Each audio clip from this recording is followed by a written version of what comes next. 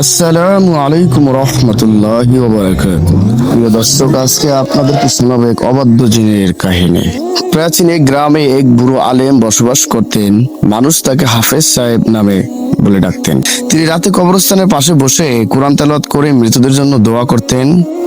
এক রাতে যখন চারদিকে নিস্তব্ধ, হঠাৎ বাতাস থমকে গেল। দূর থেকে অদ্ভুত গর্জনের শব্দ ভেসে এলো। হাফেজ সাহেব তেলাওয়াত থামিয়ে তাকালেন। দেখলেন এক বিশালাকৃত অন্ধকারের ছায়া, চোখ দুটো আঙ্গারের মতো লাল, ধোয়ার মতো শরীর। সে জিন গর্জে উঠল, তুমি এই কবরস্থানে কোরআন পড়ো কেন? এখানে আমার অধিকার।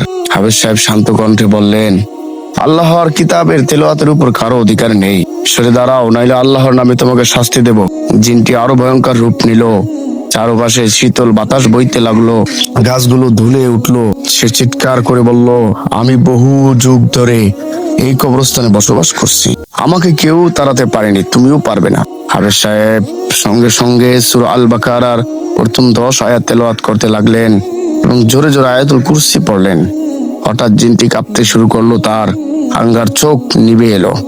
সে যন্ত্রণা চিৎকার করে বলল, থামাও থামাও, আমি আগুনে জ্বলছি, তুমি যা চাও বলো, আমি এই স্থান ছেড়ে দেব। হাফেজ সাহেব বললেন, তুমি মানুষের ক্ষতি করবে না, কোরআন তেলাওয়াতের পথে বাধা দেবে না এবং এই গ্রাম থেকে দূরে চলে যাবে, নাইলে আমি ফেরেশতাদের ডাকার জন্য। জিনটি শপথ করলো, কাঁপতে কাঁপতে অদৃশ্য হয়ে গেল। সেদিনের পর থেকে কবরস্থানের পাশে আর কেউ অদ্ভুত শব্দ শোনেনি। গ্রামবাসী হাফেজ সাহেবের সাহস ও আল্লাহর কিতাবের শক্তি দেখে মুগ্ধ হলেন। এখান থেকে আমাদের শিক্ষা হলো, কোরআনের আয়াত, বিশেষ করে আয়াতুল কুরসি, সূরা আল বাকারা, সূরা আল ইখলাস, সূরা আল ফালাক ও নাস, সূরাগুলো জিন ও শয়তানের বিরুদ্ধে সবচেয়ে বড় ঢাল।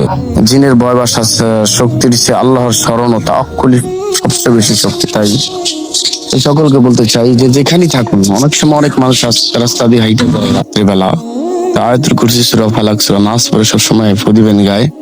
আল্লাহ ভরসা, আপনাকে কোনো জিন বা কোনো শয়তান কোনোদিন আসর করতে পারবে না ইনশাআল্লাহ। আর যদি কোনো সময় কোনো শয়তান সামনে এসে যায়, তখন এগুলো পড়বেন। আশা করি আপনাকেও কোনোদিনও শয়তান কিছু করতে পারবে না বা জিনও করতে পারবে না। আর এই গল্পটি যদি ভালো লেগে থাকে, আমার চ্যানেলটাকে সাবস্ক্রাইব করে রাখুন। পরবর্তী আরো সুন্দর সুন্দর এরকম গল্প নিয়ে আসার জন্য আমাকে অনুপ্রেরণা করুন।